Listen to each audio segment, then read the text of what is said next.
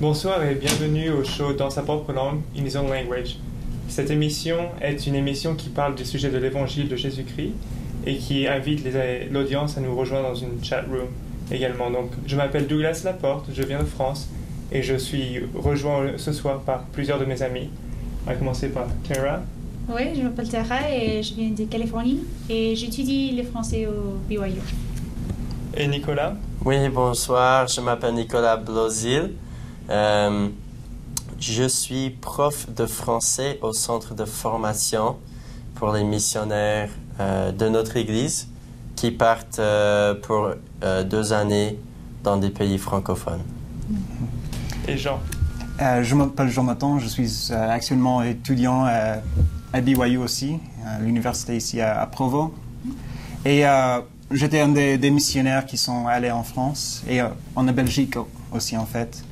Et donc c'était une occasion pour moi d'apprendre le français très bien. Et puis c'était aussi une occasion de partager avec les autres les mêmes choses qu'on va partager ici. Très bien, merci de nous rejoindre ce soir. Et comme je l'ai dit, c'est une émission qui parle de l'Évangile, donc nous invitons vos commentaires sur le chat room que vous pouvez trouver sur inhisownlanguage.com et également sur la page de Facebook. Donc ce sont des choses que nous voulons que vous puissiez comprendre et partager avec nous, donc on sera content de répondre à vos questions. C'est le 2e épisode de cette émission et donc on va parler de différents sujets. Pour commencer, aujourd'hui on veut parler du plan du salut. D'autres sujets vont inclure le livre de Mormon, un autre témoignage de Jésus-Christ et également l'évangile de Jésus-Christ en soi en parlant des différentes ordonnances que nous pouvons faire. Donc aujourd'hui on va commencer par le plan du salut et Tara va commencer à nous parler à ce sujet-là. Oui, d'accord. Donc beaucoup de gens se demandent pourquoi sommes-nous ici et d'où venons-nous? Et qu'est-ce que vous pensez de ça? D'où venons-nous? D'où venons-nous? Pour beaucoup, on dit je viens de mes parents. Mais nous savons dans les Écritures, il y a même dans l'Ancien Testament, il y a une écriture qui, quand Dieu il parle à un prophète, Jérémie, il dit même avant que tu sois formé dans le ventre de ta mère, je te connaissais et je t'avais consacré prophète des nations. À partir de certains versets dans la Bible, on peut se demander cette question. Et nous savons, grâce au rétablissement de connaissances dont nous avons discuté, je crois, la semaine dernière. On va en parler un peu plus tard. On va en parler un peu plus tard, voilà. Donc, nous savons parce que nous avons les prophètes et d'autres écritures aujourd'hui que nous avons vécu avant de venir ici sur la terre, sauf que nous n'avions pas de corps. On était simplement des esprits à ce moment-là. Tout à fait. Et Tara, donc tu as posé la question d'où venons-nous? Et qu'est-ce que ça veut dire pour toi le fait que Dieu nous connaissait avant que nous venions sur terre? Parce que je sais qu'il me connaissait et ça m'aide avec des choses difficiles dans ma vie parce qu'il comprend toutes les choses difficiles que j'expérience et il sait,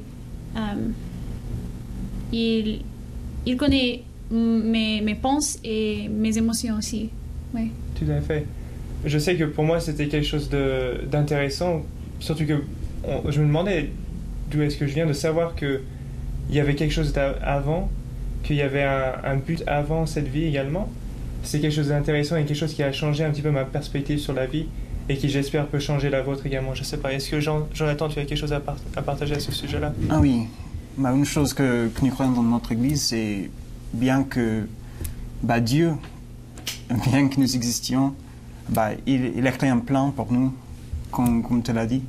Et alors, il nous a présenté l'occasion de venir ici sur Terre pour recevoir des choses certaines. Et il nous a donné le choix de venir ici. Et on est tous ici parce qu'on voulait bien prendre cette occasion de recevoir les bénédictions, les occasions qui viennent en ayant un corps physique, en ayant les expériences les uns avec les autres.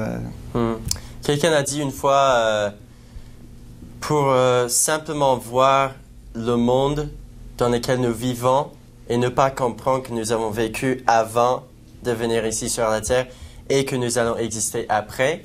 C'est un peu comme une pièce de théâtre de 3 actes. Et si vous arrivez au milieu, et on va comparer la pièce de théâtre aux 3 actes de vie.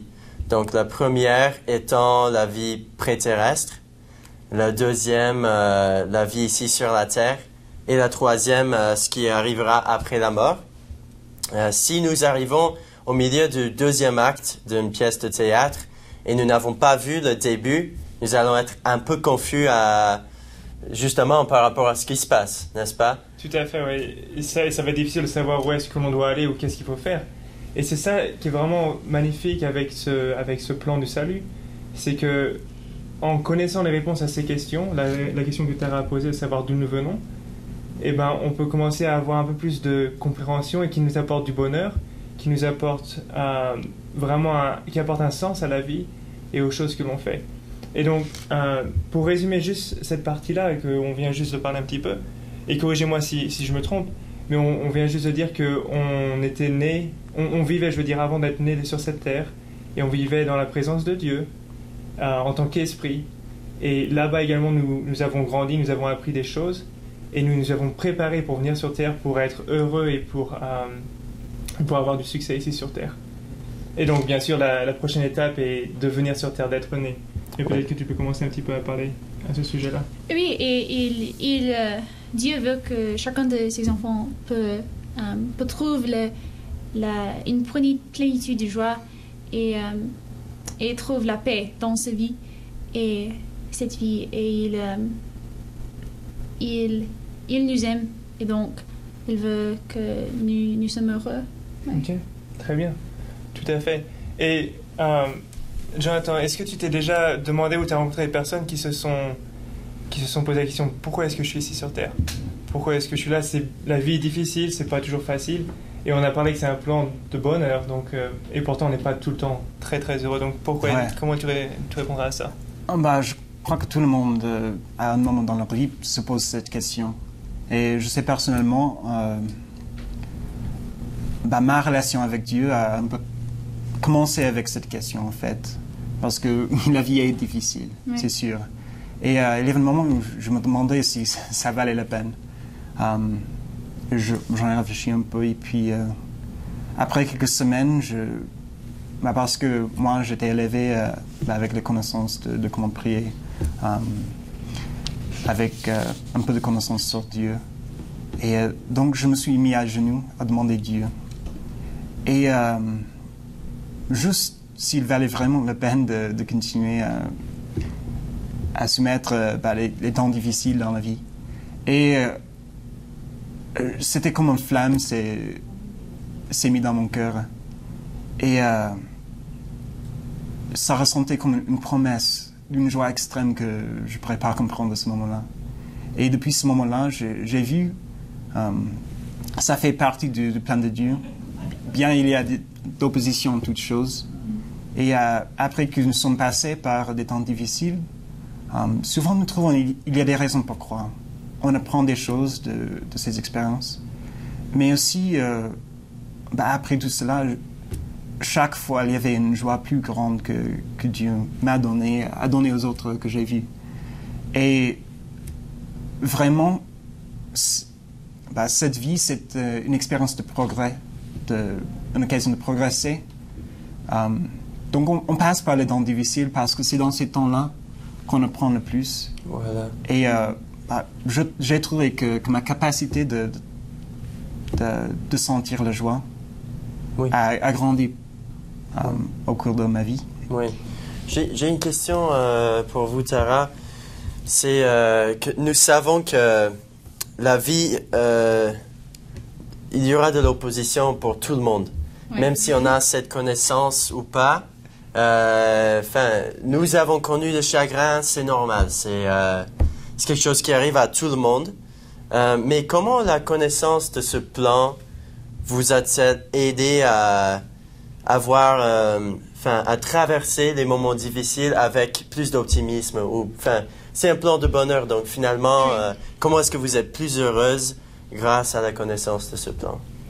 Avec ma connaissance de ce plan, je sais que Dieu, il comprend des choses difficiles et parce que il me connaît, parce que j'ai vécu avec lui pendant la vie pré-terrestre et donc il me connaissait et donc je peux prier à lui et avec ça je peux réussir des réponses à mes questions et réussir le confort quand je suis triste ou vraiment pas heureux. Donc, ouais. Juste un petit bonjour pour la personne qui nous a dit qu'elle aime nous entendre en français.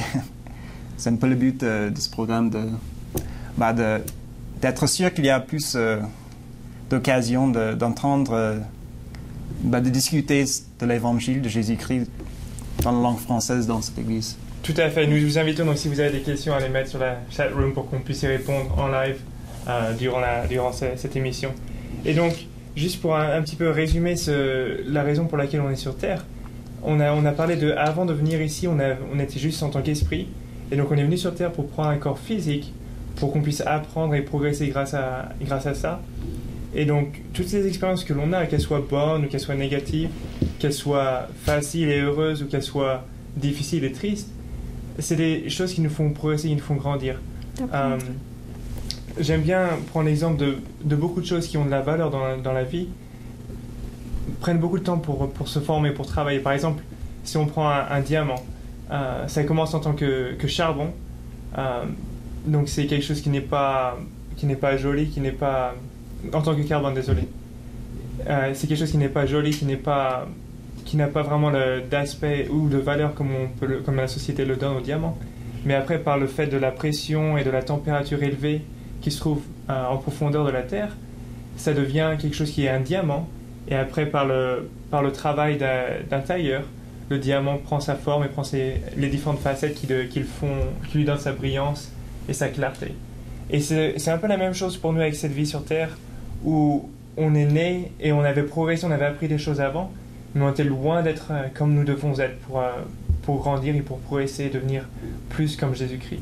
Justement, si je peux rajouter à ça, moi j'ai l'assurance, je peux dire que je sais que Dieu, il a bien préparé les expériences que nous vivons ici sur la terre. Et à savoir que Dieu, il a un plan pour nous, ça veut dire qu'il y a la signification dans ce que nous vivons. Et ce qui est difficile, ce qui est joyeux. Et vraiment, il veut nous aider à apprendre à vivre joyeusement. Et moi, dans ma vie, j'ai eu de la joie, justement, en progressant. Même subir des moments difficiles, j'ai appris à être façonné, à briller et avoir de l'empathie aussi pour les gens qui traversent des moments difficiles. Donc, vraiment, avec cette perspective, nous pouvons être reconnaissants. Je ne sais pas si vous êtes d'accord. Nous pouvons être reconnaissants non seulement pour des moments joyeux ou quand tout va bien, mais aussi pour les moments quand on est façonné et il y a de la pression sur nous. Tout à fait. Merci d'amener ce sujet, Nicolas. Et je pense que pour connecter un petit peu ce qu'on a dit précédemment, c'est vraiment ce qui donne du sens à la vie sur Terre, c'est de savoir que Dieu, parce qu'il nous connaissait avant et parce qu'il nous connaît toujours, les expériences par lesquelles on passe sur Terre sont vraiment faites exprès pour nous, pour que l'on puisse progresser et devenir qui l'on doit devenir. Et une partie essentielle de ça, c'est ce qu'on appelle l'expiation de Jésus-Christ, qui est lié à son sacrifice. Et peut-être que Jonathan, tu peux en parler un petit peu? Absolument. Et bien que la vie est difficile, on n'est pas laissé tout seul. Alors Dieu les répond à nos prières, il nous écoute et veut nous soulager et nous aider en toutes choses. Mais de plus, le sacrifice que Jésus-Christ a fait, on sait tous que c'est pour nous expier de nos péchés, mais aussi de nos afflictions. Et je sais, chaque étape difficile dans ma vie, j'ai pu m'y mettre sous l'expiation de Jésus-Christ pour m'améliorer. et pour le soulagement dans le temps où j'avais besoin. Et Jésus-Christ, dans les Écritures, nous apprenons qu'il a souffert toutes choses. Donc, n'importe quel niveau, quelle profondeur de difficulté, de tristesse, de drame, quoi que ce soit, Jésus-Christ le connaît. Et il connaît exactement les choses par lesquelles nous passons. Et c'est un grand soulagement. Merci. J'aime ça beaucoup parce que je sais, dans ma vie, il y a des fois quand je pense que je suis seule et que personne ne comprend les difficultés dans ma vie. Mais comme vous avez dit, il a souffert toutes choses et donc il comprend ça et il peut me donner de confort à cause de ça parce qu'il comprend et sait toutes choses. Et je voulais commencer avec cette partie de l'expiation, en fait, parce que c'est, je crois, le seul dont on parle le moins. Et il y a deux autres parties aussi, des dons qui viennent de l'expiation, le sacrifice de Jésus-Christ, qu'on peut être ressuscité après la mort, que la mort n'est pas une étape permanente, et que nous pouvons être pardonnés de nos péchés et être dignes de retourner à Dieu après cette vie. Merci Jonathan. Oui, je pense que c'est quelque chose d'essentiel et on va pouvoir en parler pendant quelques minutes. Ça fait partie de la vie que tout le monde sait que l'on va mourir finalement, et c'est une question qui souvent apporte de la tristesse ou du chagrin aux personnes qui amène à un manque en quelque sorte. Et quand on comprend vraiment l'expiation ou le sacrifice de Jésus-Christ, on peut avoir des réponses à pourquoi est-ce que c'est nécessaire et pourquoi ça se passe et qu'est-ce qu'il y a après. Et donc, peut-être que Nicolas, tu peux expliquer un petit peu ce que Christ a fait en particulier pour surmonter ça ou pour juste nous aider à comprendre un peu plus au sujet de ce que ça veut dire. Tout à fait. Surmonter la mort physique. Voilà, par exemple, parler de ce que ça veut dire, pourquoi est-ce que c'était nécessaire et qu'est-ce qu'il a fait pour nous. Oui, tout à fait. Justement, la mort, c'est pas quelque chose qu'on peut échapper dans la vie. Nous savons que ça va nous arriver à tous. Nous sommes très reconnaissants. Moi, je suis très reconnaissant de connaître Jésus-Christ. C'est la seule personne qui a jamais vécu sur la terre qui était parfait. Et justement, il a vécu, nous pensons, vers 33 ans sur la terre. Après, il est mort, lui aussi. Mais Jésus, il avait un père qui n'était pas d'ici sur la terre. En fait, le père de Jésus-Christ, c'était Dieu. Et grâce à ça, il a eu un pouvoir. Il a eu deux pouvoirs. De sa mère, il a eu le pouvoir de mourir comme un humain. Donc, on l'a cloué sur la croix et il est mort. Grâce au pouvoir de Dieu, il a pu ressusciter au bout de 3 jours. Nous avons le témoignage de beaucoup de cette résurrection. Et d'abord, dans la Bible, il s'est présenté d'abord à Marie Magdalène. Elle était le premier témoin. Après, il s'est présenté à d'autres. Et je ne sais pas si nous allons beaucoup parler, mais parmi les disciples qui étaient à Jérusalem, il a dit « J'ai encore d'autres brebis qui n'ont pas entendu ma voix. Eux aussi, ils doivent entendre ma voix pour qu'il y ait un seul troupeau, un seul berger. » Nous, dans l'Église de Jésus-Christ des Saints des Derniers Jours, nous croyons que parmi ces autres brebis, il y avait un groupe de gens aux Amériques en même temps. Et après la résurrection de Jésus-Christ, il est parti les voir, les rendre visite. Et nous avons le témoignage de ce peuple dans un livre qui s'appelle le Livre de Mormon, un autre témoignage de Jésus-Christ. Tout à fait. Donc il y a beaucoup de témoignages que Jésus-Christ a ressuscité. On parlera de ce deuxième témoignage un peu plus tard dans une autre émission. Mais ce qu'il faut comprendre, c'est que grâce à Jésus-Christ, grâce à sa résurrection, cela veut dire que c'est accessible pour tout le monde. C'est-à-dire qu'on a la certitude, comme il nous l'a promis, que tout être humain qui vient sur terre renaîtra plus tard, ressuscitera plus tard, après la mort.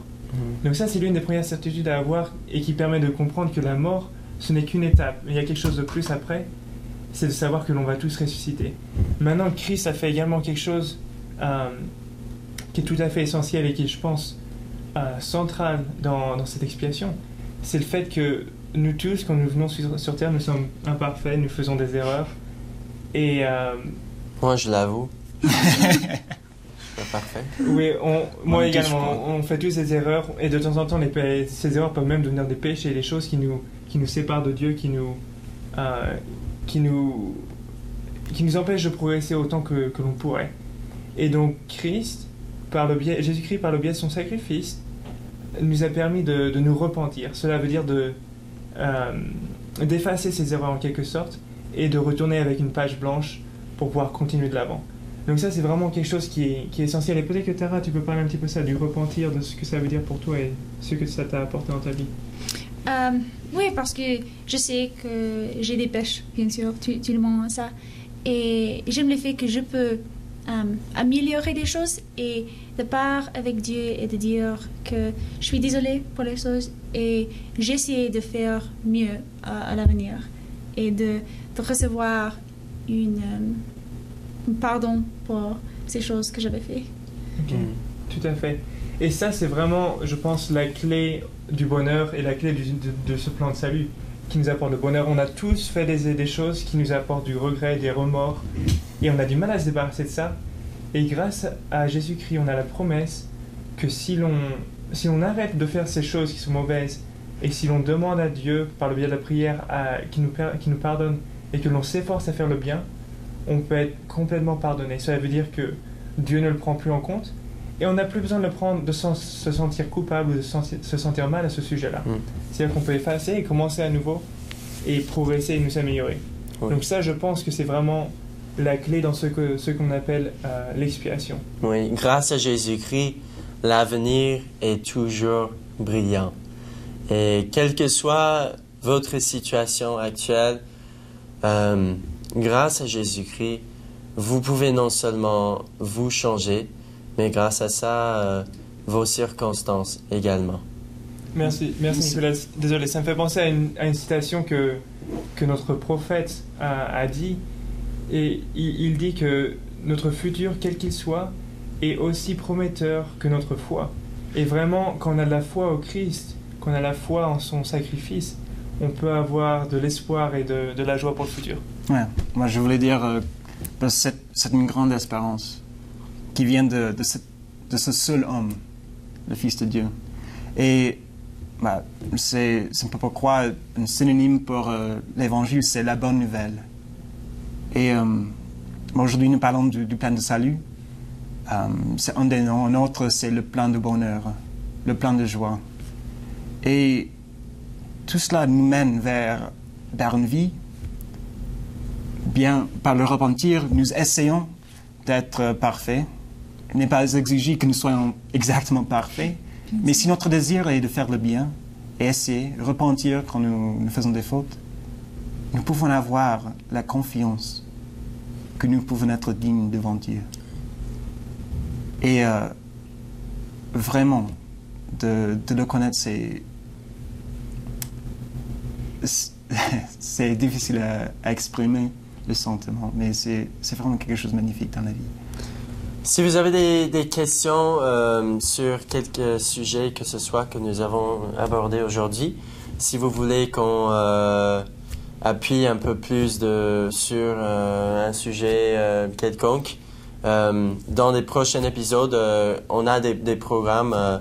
Mais s'il y a une question que vous avez sur quelque chose que nous avons discuté aujourd'hui, on aimerait bien aborder ça pour quelques secondes lors de la prochaine épisode.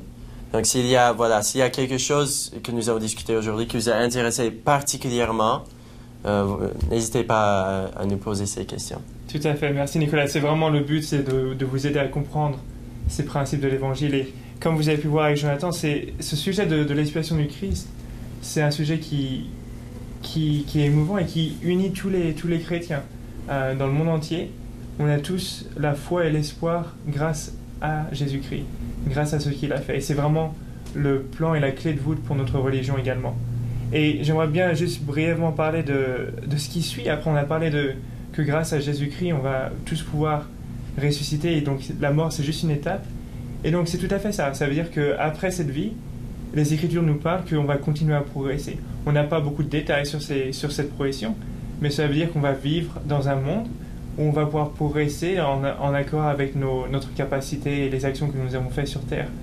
Et donc, c'est vraiment un cycle, en quelque sorte, où on a commencé à répondre à la question de d'où on vient, et maintenant, on a vu pourquoi on est là, pourquoi est-ce qu'on est sur Terre avec ces différentes épreuves.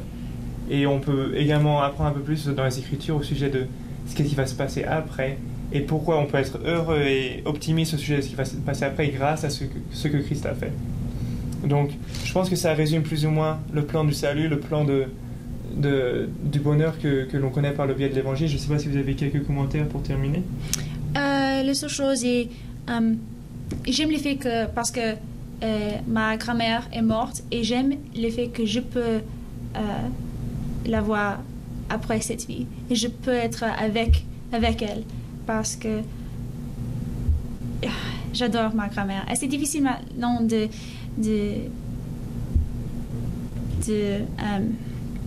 d'être pas physiquement avec elle. Donc, j'aime le plan de salut à cause de cette fait, du fait que je peux être avec elle. Ok, merci. Tout à fait, le plan de salut offre différents types d'espoir et ça peut être l'un d'entre eux de savoir que l'on peut être avec nos êtres chers à nouveau après cette vie et continuer à progresser et à apprendre. Donc, vos relations que vous nouez et que vous développez avec les gens que vous aimez maintenant peuvent continuer à être plus intimes et vous pouvez avoir de l'espoir que, quel que soit le résultat, où le temps sur Terre est limité, mais vous pouvez continuer à chérir l'un et l'autre et avoir de l'espoir pour continuer dans ces relations. Ok, merci. Donc maintenant, on arrive à la fin de cette émission. Encore une fois, un rappel que ces émissions sont enregistrées sur Internet, sur le site inhisownlanguage.com, dans sa propre langue.com. Et donc vous pouvez les voir si vous n'avez pas eu le temps de la regarder en entier ou si vous avez des amis qui peuvent l'utiliser. Vous pouvez les diriger sur ce site. Également, on invite les commentaires sur la chat.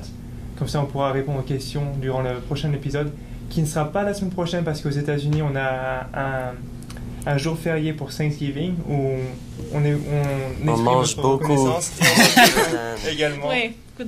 Donc, ce ne sera pas la semaine prochaine, mais la semaine suivante, donc le 30 novembre à 20h en France, heure locale en France, on aura une autre émission où on parlera d'un autre sujet de l'Évangile. Donc on vous invite à nous rejoindre à nouveau à ce moment-là et à avoir des questions et des commentaires sur notre émission pour qu'on puisse s'améliorer et également continuer à répondre à vos besoins. Merci encore. Voilà, merci beaucoup de vous joindre à nous aujourd'hui et merci de votre attention. Merci beaucoup. Merci.